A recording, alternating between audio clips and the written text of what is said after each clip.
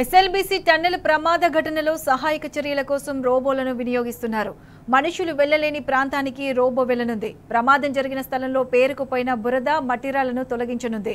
ప్రమాద స్థలంలో మనుషుల కన్నా వేగంగా రోబో పనిచేస్తుందంటున్న all India robotic association chairman Kishan తో మా ప్రతినిధి Shekharachari face to face. India robotics సంబంధించినటువంటి దానికి సంబంధించినటువంటి ఎక్స్ప్లెయిన్ చేయడానికి మనతో పాటుగా దాని టీం ఎంబడి వచ్చినటువంటి వాళ్ళు ఇక్కడ ఉన్నారు. వారికి సంబంధించి అసలు ఈ రోబో ఎట్లా పనిచేస్తుంది, దీనికి సంబంధించి ఎలాంటి దాని సమాచారం అందుకునేందుకు మనము సార్ చెప్పండి సార్, ఇది ఎట్లా పనిచేస్తుంది అంటారు, అంటే దీన్ని ఎట్లా తీసుకురాగలుగుతారు, తర్వాత లోపలకు సంబంధించి దాన్ని ఎట్లా ఎక్విప్మెంట్ ఎట్లా తయారు చేస్తారు?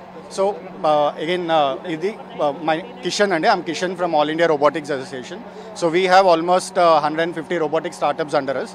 సో ఇండియాలోని అన్ని రోబోటిక్ స్టార్టప్స్కి ఇది ఒక ట్రేడ్ బాడీ. సో మాకు ఎప్పుడైతే ఇన్సిడెంట్ గురించి వచ్చిందో, సో మేము దీన్ని వచ్చి అసెస్ చేసిన తర్వాత ఇండియాలో ఎక్కడెక్కడ ఉన్నాయని చూసుకొని మేము అన్వి రోబోటిక్స్లో ఉన్నాయని తెలిసింది. సో వాళ్ళని కన్సల్ట్ చేసాము.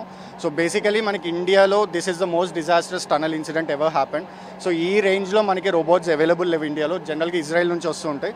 బట్ వీళ్ళ దగ్గర ఉన్న ఎక్విప్మెంట్ వీళ్ళు లాస్ట్ 3 డేస్లో కంప్లీట్గా రీమోడిఫై చేసి టనల్కి సరిపడా సైజ్లోకి తీసుకొచ్చి దీన్ని ఈరోజు లోపలికి పంపిస్తున్నాము. సో మొత్తం 3 ప్రక్రియల్లో, ఒకటి స్లడ్జ్ రిమూవల్, ఇంకోటి కమ్యూనికేషన్ వ్యవస్థ, అది ఆల్రెడీ ఎస్టాబ్లిష్ చేశారు. మూడోది వాక్యూమ్ సక్కింగ్. సో ఆ వాక్యూమ్ సక్కింగ్ కూడా ఈరోజు దీనికి తగ్గట్టుగా కొత్తది తయారు చేశారు. సో అది కూడా ఈరోజు సాయంత్రానికి వచ్చేస్తుంది.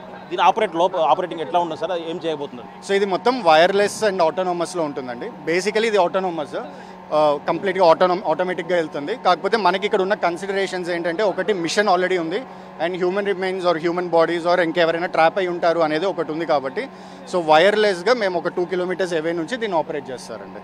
లోపల వెళ్ళిన తర్వాత అంటే బురద లాంటిది తీసుకొచ్చి ఇక్కడ కన్వేర్ బెల్ట్కి వస్తుంది. దాని గురించి కన్వేర్ వాక్యూమ్ సక్కర్స్ని యూస్ చేసి, సూపర్ సక్కర్స్ని యూస్ చేసి తీసుకొచ్చి కన్వేర్ బెల్ట్ మీద డ్రాప్ చేస్తామండి. ఇది ప్రోగ్రెస్ ఎట్లా ఉంటుందని ఎక్స్పెక్ట్ చేస్తాం? సో మేము ఎస్టిమేషన్ అయితే 1000 క్యూబిక్ మీటర్స్ వరకు పర్ అవర్ ఇది చేయగలదండి. మేము దీనికి ఇచ్చే వాక్యూమ్ కెపాసిటీ సామర్థ్యం ప్రస్తుతానికి 500 క్యూబిక్ మీటర్స్. సో అది కనుక బాగుంది, పనిచేస్తుంది, మాకేం ఇష్యూస్ రాలేదు అంటే ఇమీడియట్గా దాన్ని 1000కి పెంచుతామండి. డెమోకి సంబంధించిన దానికి సంబంధించి ముందు చూసారు కదా నిన్న, ఎట్లా సహకరించారు సార్? సో డెమోకి లోపల సహకారం అంతా బాగుందండి. సో స్టేట్ గవర్నమెంట్ కానీ, సెంట్రల్ కానీ, ఎన్డీఆర్ఎఫ్ కానీ, ఎస్డీఆర్ఎఫ్ కానీ, దే ఆర్ వెరీ కోఆపరేటివ్.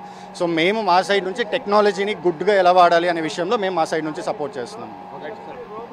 మొత్తంగా చూసినట్టయితే ఇక్కడ పూర్తి స్థాయిలో ఇక్కడ అన్వి రోబోటిక్ సంబంధించినటువంటి ప్రక్రియ వేగవంతం చేసేందుకు లోపలికి రోబోను పంపిస్తున్నామని చెప్పేసి, దాన్ని ముందుగానే లోపలికి వెళ్ళి చూసి వచ్చిన తర్వాత లోపల దానికి ఎట్లా అంటే ఈ రోబో తిరగడానికి ఎలాంటి వసతులు ఉన్నాయో అవన్నీ చూసిన తర్వాత దాన్ని మ్యానుఫ్యాక్చర్ మళ్ళీ మార్చి దాన్ని మళ్ళీ రీమాడిఫికేషన్ చేసేసి దానికి లోపల అనుకూలంగా పనిచేసే విధంగా ఈ రోబోను తయారు చేసామని చెప్పేసి, ఇది లోపలికి వెళ్ళి మట్టిని తవ్వి ఇక్కడ కన్వేర్ బెల్ట్ పైకి తీసుకొస్తుందని చెప్పేసి దానికోసం కూడా పూర్తిగా పంపిస్తున్నామని చెప్పేసి, దీంతో పాటుగా మరి 2 రోబోలు కూడా అవి మ్యానుఫ్యాక్చర్ అంటే మన మోడలింగ్ చేంజ్ చేస్తున్నామని చెప్పేసి, లోపలిగా అనుకూలంగా ఉండే విధంగా వాటిని తీసుకొచ్చి అవి కూడా లోపలికి పంపిస్తామని చెప్పేసి, మరి కొద్ది గంటల్లో లోపలికి వెళ్ళిన తర్వాత దాని ప్రోగ్రెస్ ఎట్లా ఉంటుందని చెప్పేసి చెప్తామని చెప్పేసి ఈ రోబోలకు సంబంధించినటువంటి అధికారులు చెప్తుంటాం పరిస్థితి కనిపిస్తూ ఉంది.